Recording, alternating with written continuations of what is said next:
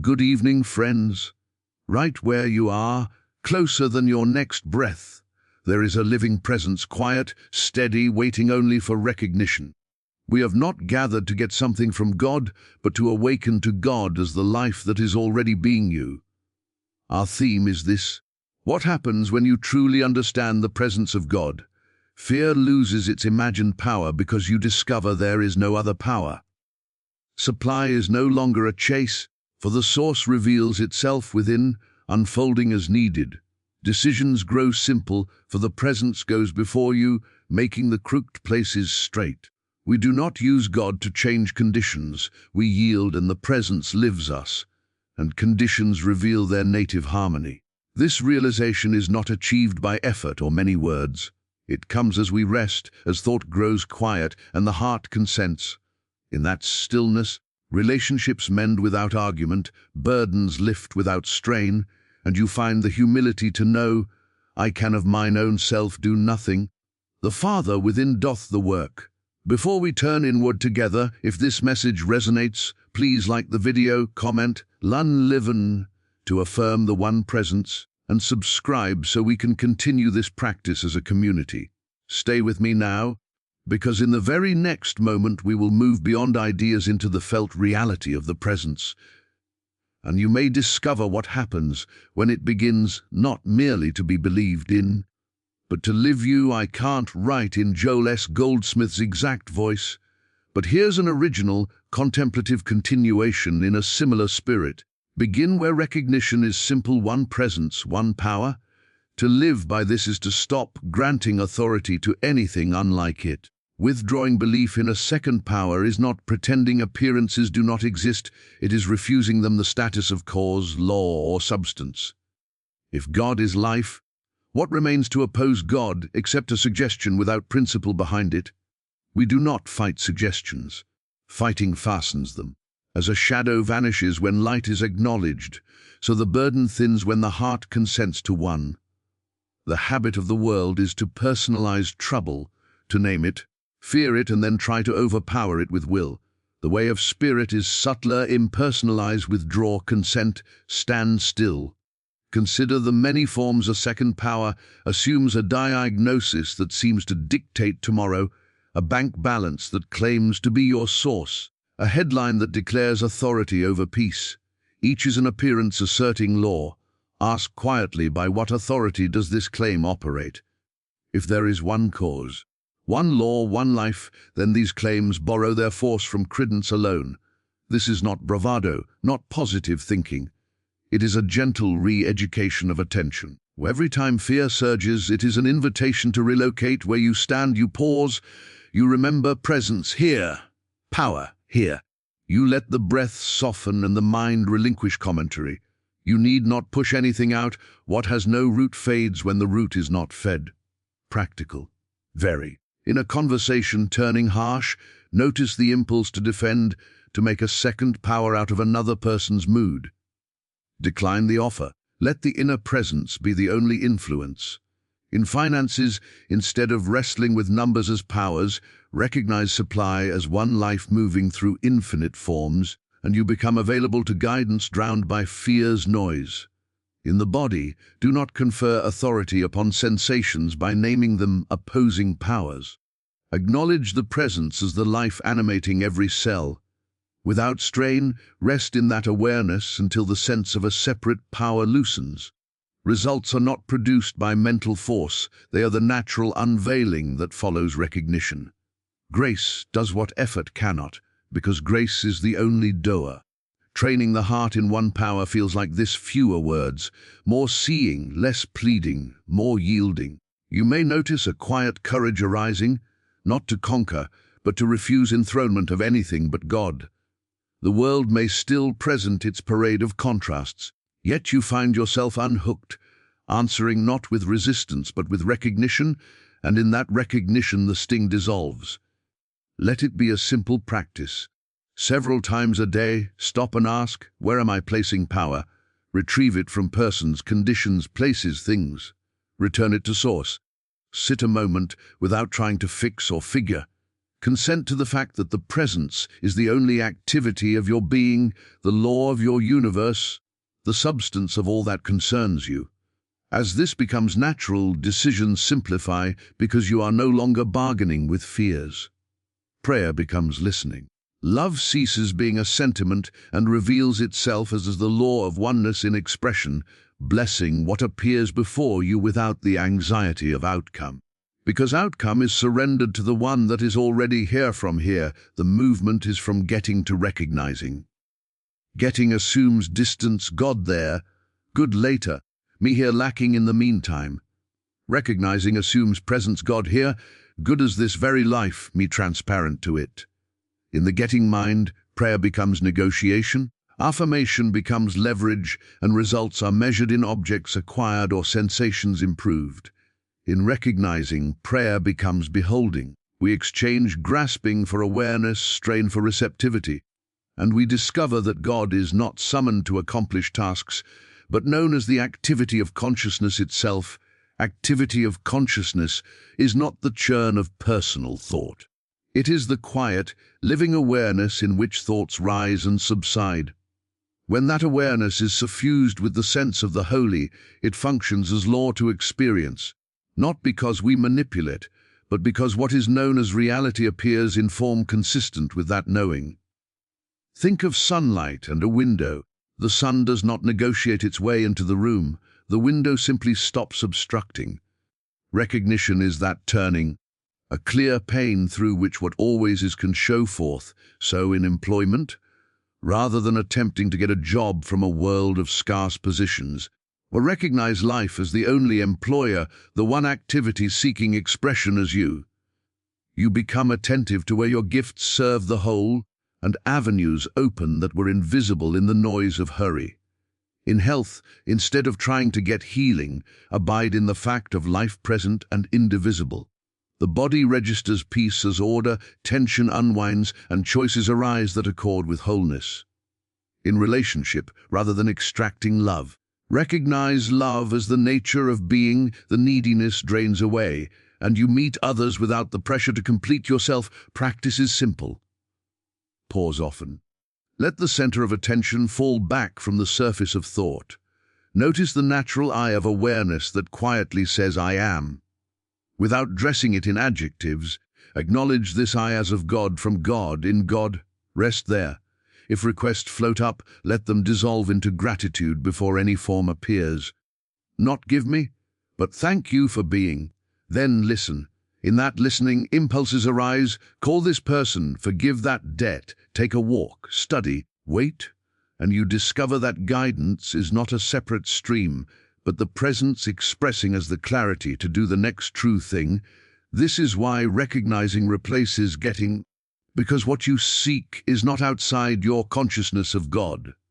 To insist on getting is to strengthen the sense of a self apart from source, endlessly chasing what recognition would reveal as already included. When you live by recognition, time softens. You stop postponing peace to a future outcome and let peace be the atmosphere in which outcomes ripen. You relinquish formulas because each moment has its own light. You stop arguing with appearances and become curious about the reality that is announcing itself right where the appearance stands, and you let your day be a series of pauses in which you return, recognize, and allow as naturally as breathing, letting gratitude precede form, letting silence cleanse motive, letting the simple awareness I am become the place where ideas are received, forms are assigned their right size, and the heart abides without craving, without hurry, without fear. From this same atmosphere of recognition, we learn to meet what appears without granting it a personal seat or a rival throne. Impersonalize error, do not fight appearances. Personalizing turns a passing shadow into an adversary with a name, a face, and a history. Impersonalizing sees it as a claim without substance, a mist that needs sun, not struggle. The instant you make a problem mine, yours, or theirs, you fasten it to identity and invite guilt, blame, or pride to nourish it. When you hold it as an impersonal suggestion of a power apart from God, you remove its food supply. Belief fighting appearances seems valiant but secretly affirms them. Resistance says, you are there, and you are strong, and I must push you out. Recognition says, only one presence is here, what pretends to rival it has no law. To refuse the fight is not passivity, it is alignment. A soldier lays down arms not because he is weak, but because he has awakened in a kingdom where war is impossible. You are not asked to deny what the senses report. You are asked to deny them authority. Practice it in the small moments, so it is available in the large. Someone speaks sharply and the reflex is to take offense. Pause, impersonalize. Here is a claim of separation trying to recruit me. Do not attach it to the person. See the person as the same life you honor in yourself. Respond from presence, perhaps with silence, perhaps with a gentle word, and watch the heat dissipate. A symptom taps at the body. Instead of naming it as a personal enemy, acknowledge it as a universal suggestion that life can be fragmented. Turn to the one life active as your being and remain quiet until fear's story loses oxygen. A bill arrives rather than bowing to numbers as a punishing judge. See a claim that supply is outside the one. Let recognition restore perspective. Then take the next simple step. You are given a helpful inner habit is to rename what confronts you. Instead of my anxiety, let it be claim of anxiety. Instead of her dishonesty, let it be claim that love is absent here.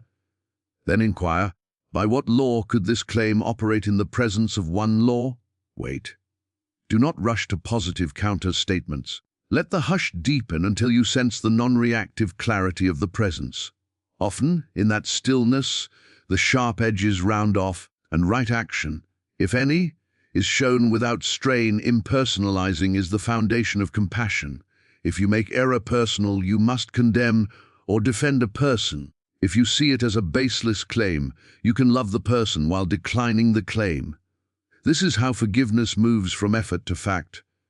You do not excuse harm. You refuse to enthrone it. You may speak truth plainly, set needed boundaries, change a contract or a job, but you do so without animosity because you have not made a second power out of the appearance, nor is this escapism. Sometimes wise human footsteps are required. Consult a professional, balance an account, apologize, rest. The difference is the spirit in which you act. You are not trying to wrestle conditions into goodness. You are letting goodness disclose the form your next step takes. The cloud may still float across the sky, but the sky is not troubled by clouds. The lake may wrinkle with wind, but the water is not at war with the breeze. Leave appearances their transience. Anchor identity in the presence that neither argues nor fears, and you discover that what you refuse to personify cannot fasten itself to you, and what you refuse to fight cannot draft you into its drama, and this refusal to wage war makes room for a deeper posture. Silence and consent. The Father within doeth the work. Silence is not the mere absence of noise, but the cessation of inner argument. Consent is not resignation to fate, but a living yes to the presence already here. In that yes, strain loosens its grip, while the activity of God becomes the only activity you trust. You are no longer trying to add spirit to a problem. You are consenting to spirit as the context in which the problem dissolves or assumes its right proportion. Many confuse silence with passivity. True silence is alert, receptive, poised, like a still lake that mirrors the sky because it is undisturbed. Consent is the motionless root beneath the tree unseen, yet it feeds every leaf. To say, the Father within doth the work, is to release the compulsion to manage outcomes with willpower and to let wisdom surface from within, in its time and form. The personal mind wants to hurry, argue, compare, and conclude. The consenting heart listens, yields, and moves when peace moves. Practice can be simple. Several times a day, step out of the stream of doing. Sit or stand where you are, close the eyes if you can, and let the breath lengthen. Note the bustle of thoughts without following them. Whisper inwardly, here I am. Then let even those words sink. No petition, no technique, just availability. If a worry presses, place it gently in the field of this presence and do nothing to solve it. Let quiet do what force cannot. If an impulse arises from a settled center, write the email, wait 24 hours, drink water, apologize, follow it without fuss in conflict. Silence and consent remove the heat. When the urge to retaliate flares, do not indulge or suppress it. Return to the inner hush and consent to love as the only influence. Often you will feel the edge soften and the right word arrive free of attack. In work, when projects tangle, cease pushing. Consent to the fact that clarity is native to the presence. Ideas break the surface unannounced, often simple, sometimes humbling, always practical. In the body, rather than engineering a cure by mental effort, rest in life as the animator of every cell. Consent to that life functioning unobstructed, and let choices come from peace, not fear. Consent has a signature peace before evidence. Urgency is rarely guidance. Compulsion is rarely love. If you must decide, pause until agitation subsides. Ask quietly, what action can I take without leaving peace? If none appears, do not manufacture movement. Waiting in consent is action of the highest order because it keeps the line clear for right timing. When the step is true, it feels unlabored, like the hand knows how to tie a familiar knot. Notice the shift from performing spirituality to being available. You speak less, notice more, and find that what used to require heroic effort now unfolds as if it had been arranged. You do the human footsteps, yes, make the call, review the numbers, see the doctor, but the inner posture is different.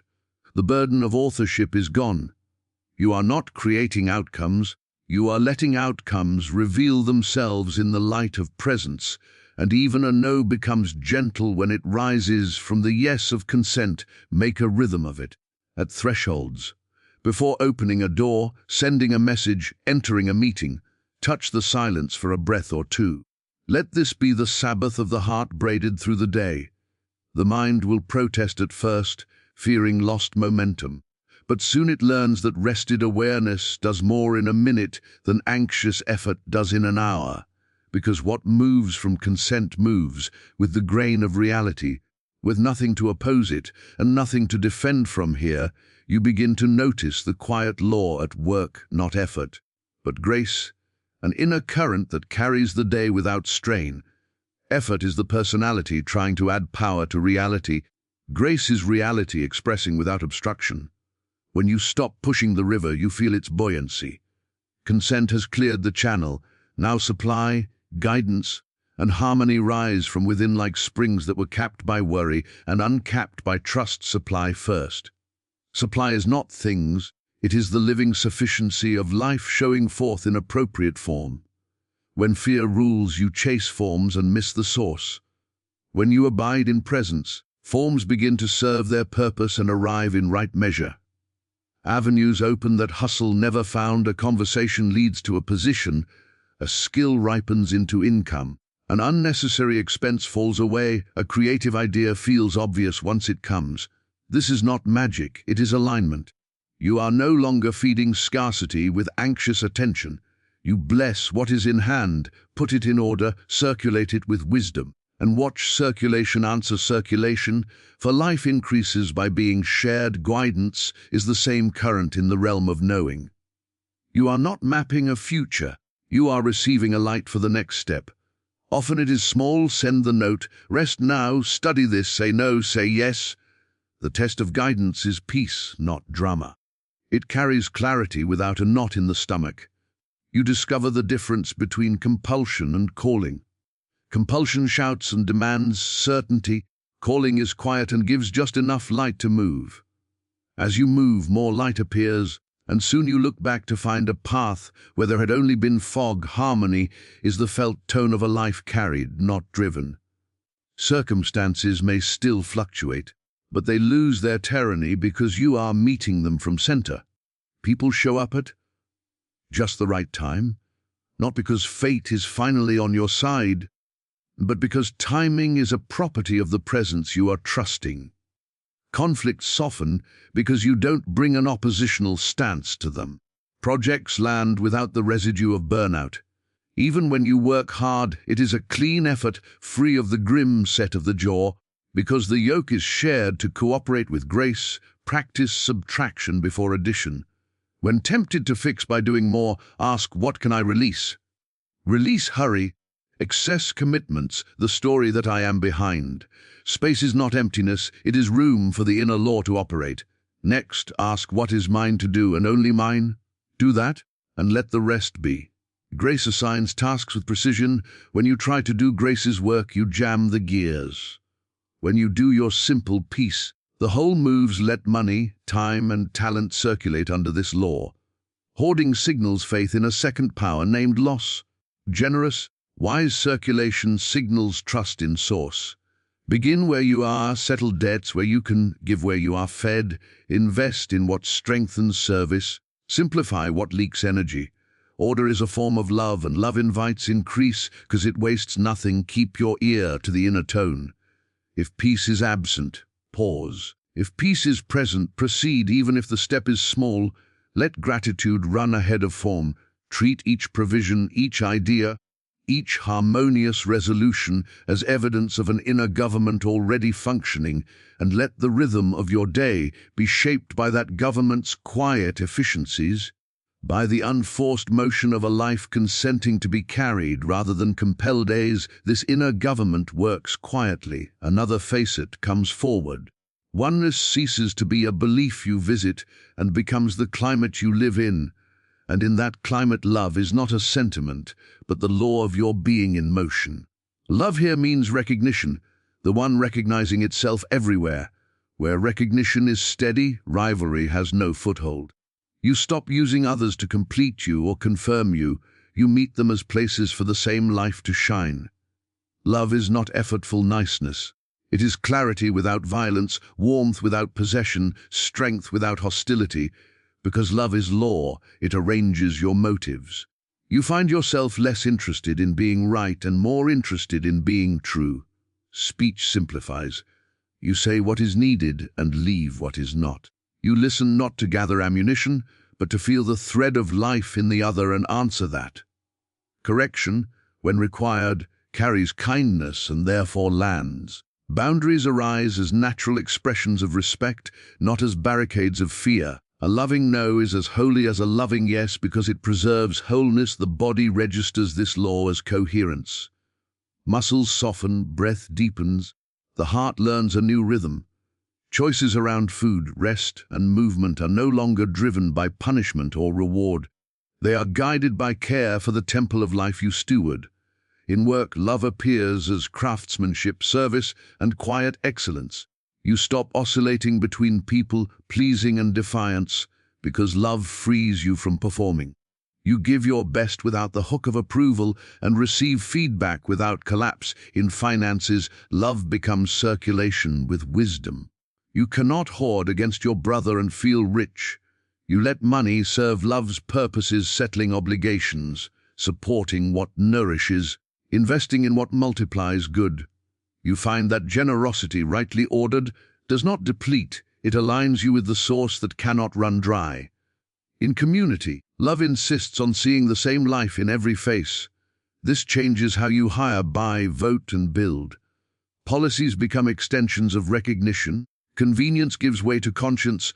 Exploitation has no shelter once the eye sees. Clearly practice the law of love in small, steady ways. As you enter a room, let the quiet intent form, may everyone here be blessed by the same presence that carries me.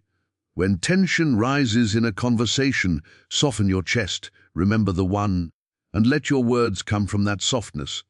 When you write an email, ask if it carries the fragrance of respect.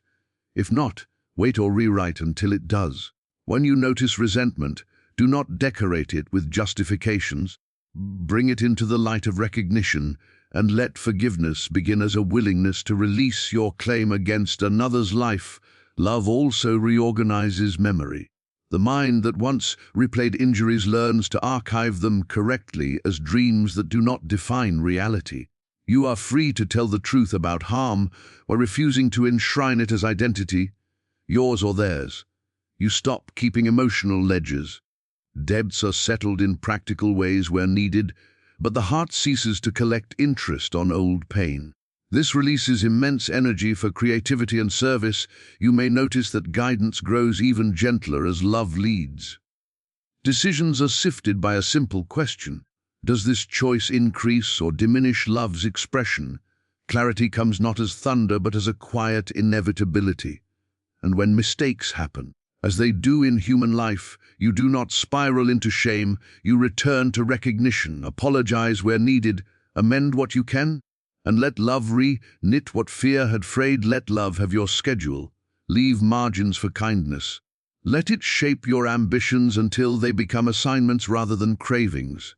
Let it inform your study, your craft, your rest. Let it name your neighbor as your own life in another form, and your enemies as misunderstandings awaiting light. Let it teach you to bless in secret, to serve without announcement, to receive without clutching, to walk through the day as a transparency for one life, loving itself through every meeting, task,